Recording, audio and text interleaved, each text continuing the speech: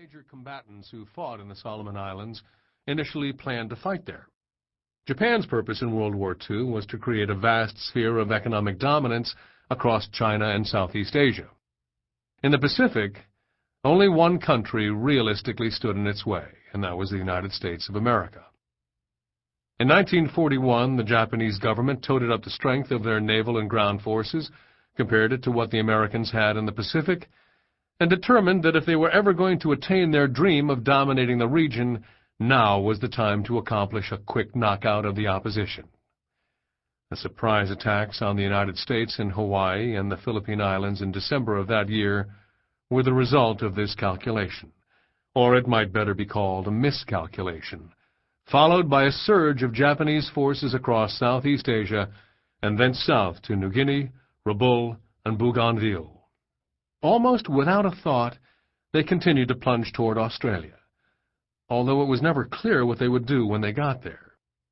That was when the Solomon Islands entered Japanese military planning, especially one large island that offered a suitable area for an airstrip from which their bombers could interdict the sea lanes leading to Australia and New Zealand. That island's name was Guadalcanal. In June 1942, a little more than 1,000 Japanese engineers and Korean laborers were put ashore on Guadalcanal to build an airstrip.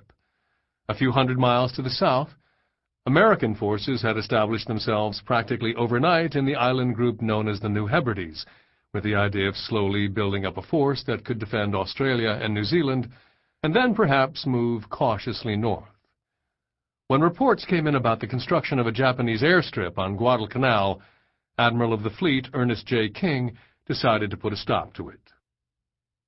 Although most of the American civilian and military leaders in Washington, D.C., including President Franklin D. Roosevelt, were determined to concentrate on the war in Europe, Admiral King, famously prickly and tough, it was said he shaved with a blowtorch, insisted on forcing the issue against the Japanese in a place where his Navy and Marine Corps could reach them.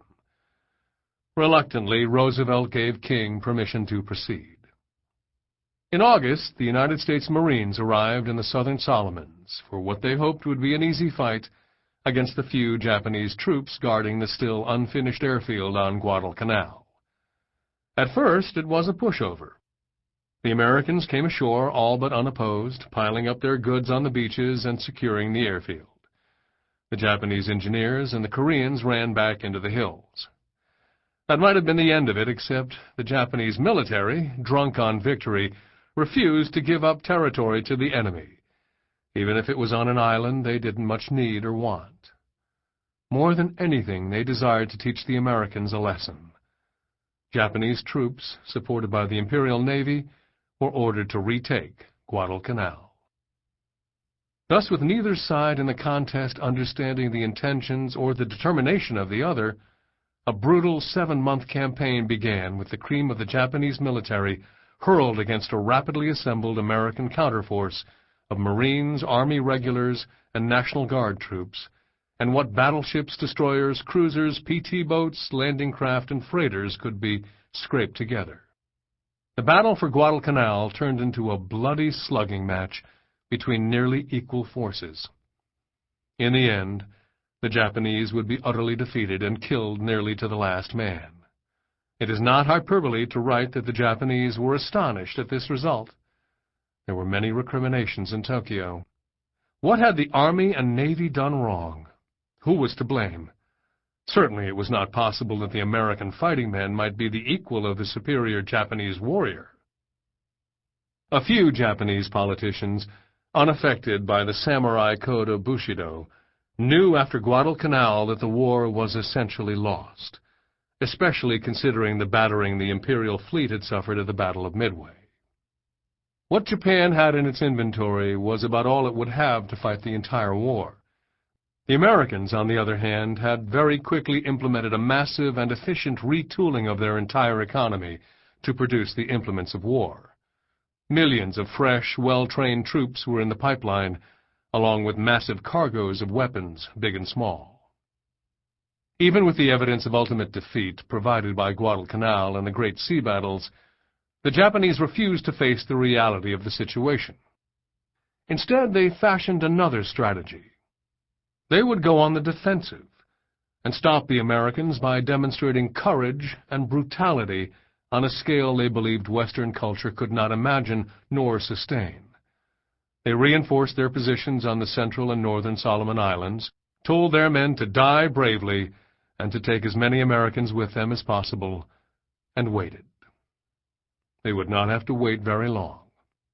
Vice Admiral William Halsey, commander of the American forces in the area, had discerned the enemy's mind and had instituted a straightforward but terrible response, best illustrated by a big billboard he had planted on a hillside in Tulagi, the capital of the Solomons, where every American naval vessel in the troops they carried could see it.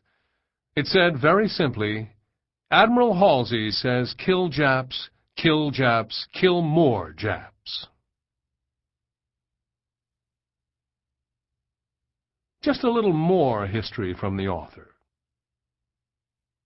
One of the more famous and misunderstood episodes in the battle for the Solomon Islands between the United States and Japan occurred a little past midnight on August 2nd, 1943, when a PT boat, skippered by United States Naval Lieutenant J.G. John Fitzgerald Kennedy, the future President of the United States, was rammed by a Japanese destroyer in the Blackett Strait off the island of New Georgia. After clinging to the wreckage of his shattered boat overnight, Kennedy, at the time an emaciated youth with a bad back, malfunctioning bowels, and probably a touch of malaria, ordered his crew to swim to an island 4 miles away, only to discover it was but a spit of sand with neither food nor water save a few coconuts. Aware that the Japanese tended to murder their prisoners by beheading or evisceration, Kennedy and his crew spent the rest of the day hiding behind the bushes that lined the beach and being pelted by bird excrement. While crouched in the stinking bushes, Kennedy, the second son of Joseph P. Kennedy, the former ambassador to Great Britain, surely must have reviewed in his mind what had led to his present situation. The mission that had sent him out the night before had been the result of a sudden brainstorm by the commander of Kennedy's squadron.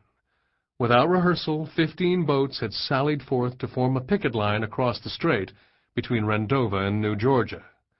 Their purpose was to interdict the fast Japanese destroyers, nicknamed the Tokyo Express, that sped down from the north each night. Strict radio silence was kept, which meant no boat commander knew what the other one was doing. Only a few of the boats had radar, and Kennedy's boat wasn't one of them.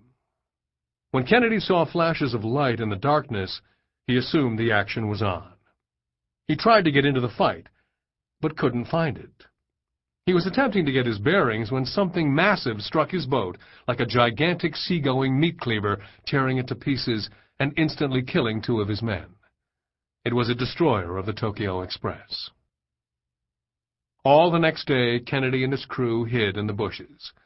One of the crew, the mechanic, was horribly burned. All were hungry and thirsty. As darkness fell, Kennedy was apparently seized by a sudden energy.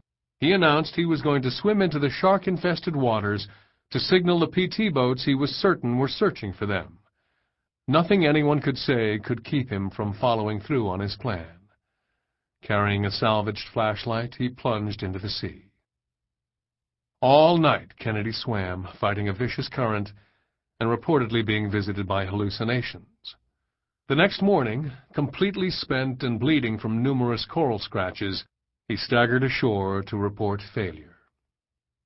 After resting a few hours but not sleeping, Kennedy once more displayed a tremendous new reserve of energy.